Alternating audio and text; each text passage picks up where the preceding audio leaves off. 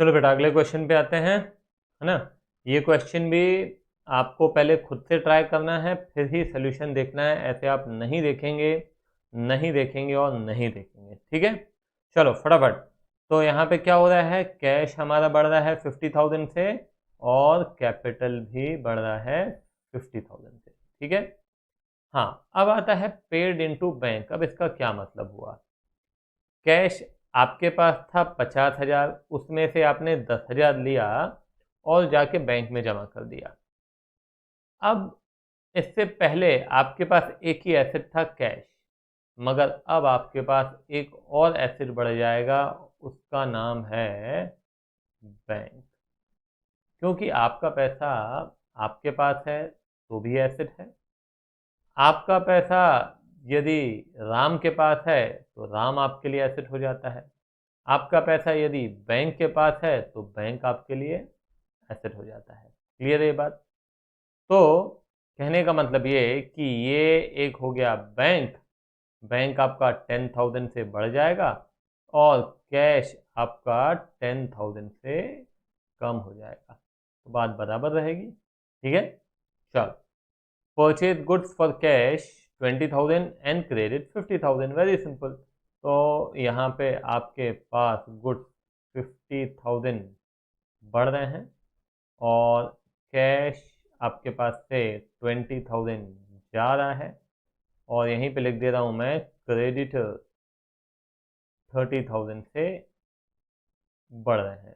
तो ये देखो, कैश गया, गुड्स आए और क्रेडिटर्स बढ़ गया। तो आप देख सकते हैं कि एसेट साइड में 50 आया, 20 गया, तो 30,000 बढ़ा और क्रेडिटर्स भी आपके 30,000, तो दोनों तरफ बराबर बराबर। चलो, sold goods for cash 40,000 costing 30,000। तो आपने क्या किया, 30,000 के गुड्स 40,000 में बेच दिए।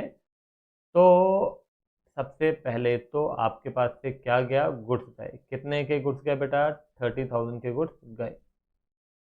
आपके पास कैश आया, कितना कैश आया, 40,000 आया, और आपका फायदा हुआ कितना, 10,000। तो आप देख सकते हैं एसेट साइड में अल्टीमेट इंक्रीज क्या हुआ, गुड्स गए 30 के और कैश आया 40 का। तो 10,000 से एसेट साइड बढ़ गया और कैपिटल जो है वो भी आपका 10,000 से बढ़ गया, ठीक है। चलो, अब इसके बाद है रेंट पेड। तो आपके पास से क्या जा रहा है, कैश, और ये आपका क्या होता है, एक्सपेंस से आपका कैपिटल कम होता है, तो कैपिटल भी हमारा कम हो जाएगा 500 से। आउटस्टैंडिंग रेंट, अभी समझना यार, आउटस्टैंडिंग रेंट मतलब जो देना बाकी है। तो कैश तो गया नहीं, कैश नहीं गया तो क्या हुआ, कैश नहीं गया बल्कि एक लायबिलिटी बन गई जिसका नाम है आउटस्टैंडिंग रेंट, क्योंकि देना बाकी है। तो जो कुछ भी देना बाकी है वो आपका हो जाता है क्या, लायबिलिटी, ठीक है। तो दूसरा आ जाओ, कैपिटल। तो कैपिटल आपका क्या हो रहा है, कम हो रहा है, क्योंकि अल्टीमेटली मैंने आपको पहले भी बताया है क्या सर, कि एक्सपेंस आपका एक्सपेंस होता है, भले ही वो देना बाकी हो चाहे दे चुके हो, इससे आपका कैपिटल कम होगा ही होगा। क्लियर है ये बात।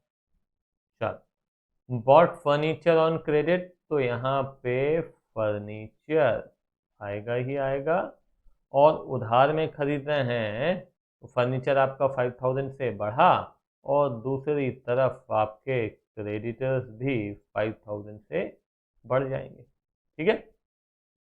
Bot refrigerator for personal use, आपने पर्सनल यूज के लिए फ्रिज खरीदा। तो अब इससे क्या होगा समझना, फ्रिज हमारा एक्सपेंस नहीं है, बिजनेस का खर्चा नहीं है, किसका है, ओनर का। हमें इस बात से कोई लेना देना नहीं कि ओनर अपने लिए क्या लेके आ रहा है, हमें बस इतना मालूम है कि हमारे पास से कैश गया, कैश कम हो गया। कौन ले गया, ओनर ले गया, तो ओनर का कैपिटल भी बिजनेस में से कम हो जाएगा। जब वो लेके आता है तो उसका कैपिटल बढ़ जाता है, जब वो लेके जाता है तो कम हो जाता है। Purchase motorcycle for cash. अब यहाँ पे बेटा इन्होंने क्लियर नहीं किया है कि ये मोटरसाइकिल जो है वो पर्सनल यूज़ के लिए है कि क्या है। तो मैं तो बिजनेस यूज़ मान के चल रहा हूँ, है ना। तो मैं यहाँ पे मान रहा हूँ कि it is for business use, assume कर रहे हैं क्योंकि क्वेश्चन में क्लियर नहीं है। तो यहाँ पे एक और एसिड बन जाएगा, वो है मोटरसाइकिल। देखो बेटा, कभी क्या होता है कि ये मोटरसाइकिल 20,000 से बढ़ गया और कैश आपका 20,000 से कम हो जाएगा। देखो क्या रहता है, कभी भी क्वेश्चन में अगर ऐसा कुछ लिखा है जिसको एक से ज़्यादा तरीके से हम इंटरप्रेट कर सकते हैं, तो इट इज़ ऑलवेज बेटर, है ना, to put a note on it. आप नीचे नोट जरूर लिखें कि आप क्या अज्यूम कर रहे हैं, आप क्या इंटरप्रेट कर रहे हैं, ठीक है। उसमें आपके मार्क्स नहीं जाएंगे, क्योंकि अब मैं यहाँ पे कुछ नहीं लिखा है तो ऑब्वियस सी बात है कि मैं यही मानूंगा कि बिजनेस यूज के लिए हो, है ना। तो इसीलिए मैं यहाँ पे नीचे लिखूंगा कि assuming that the motorcycle was purchase for the business purpose, ठीक है। चलो तो इसको यहीं पे ख़त्म करते हैं, फिर अगले क्वेश्चन में हम आगे बढ़ेंगे। मगर मैं ये ही कहूँगा कि अगला क्वेश्चन भी पहले खुद से ट्राई करें, नहीं बनता है तो फिर आप लेक्चर देखिए, बेवजह लेक्चर ना देखें, क्योंकि ये क्वेश्चन बहुत सारे जो हैं वो आपको बन रहे हैं। हमने ज़्यादातर आप देखेंगे ट्रांजैक्शन रिपीट हो रहे हैं, ठीक है।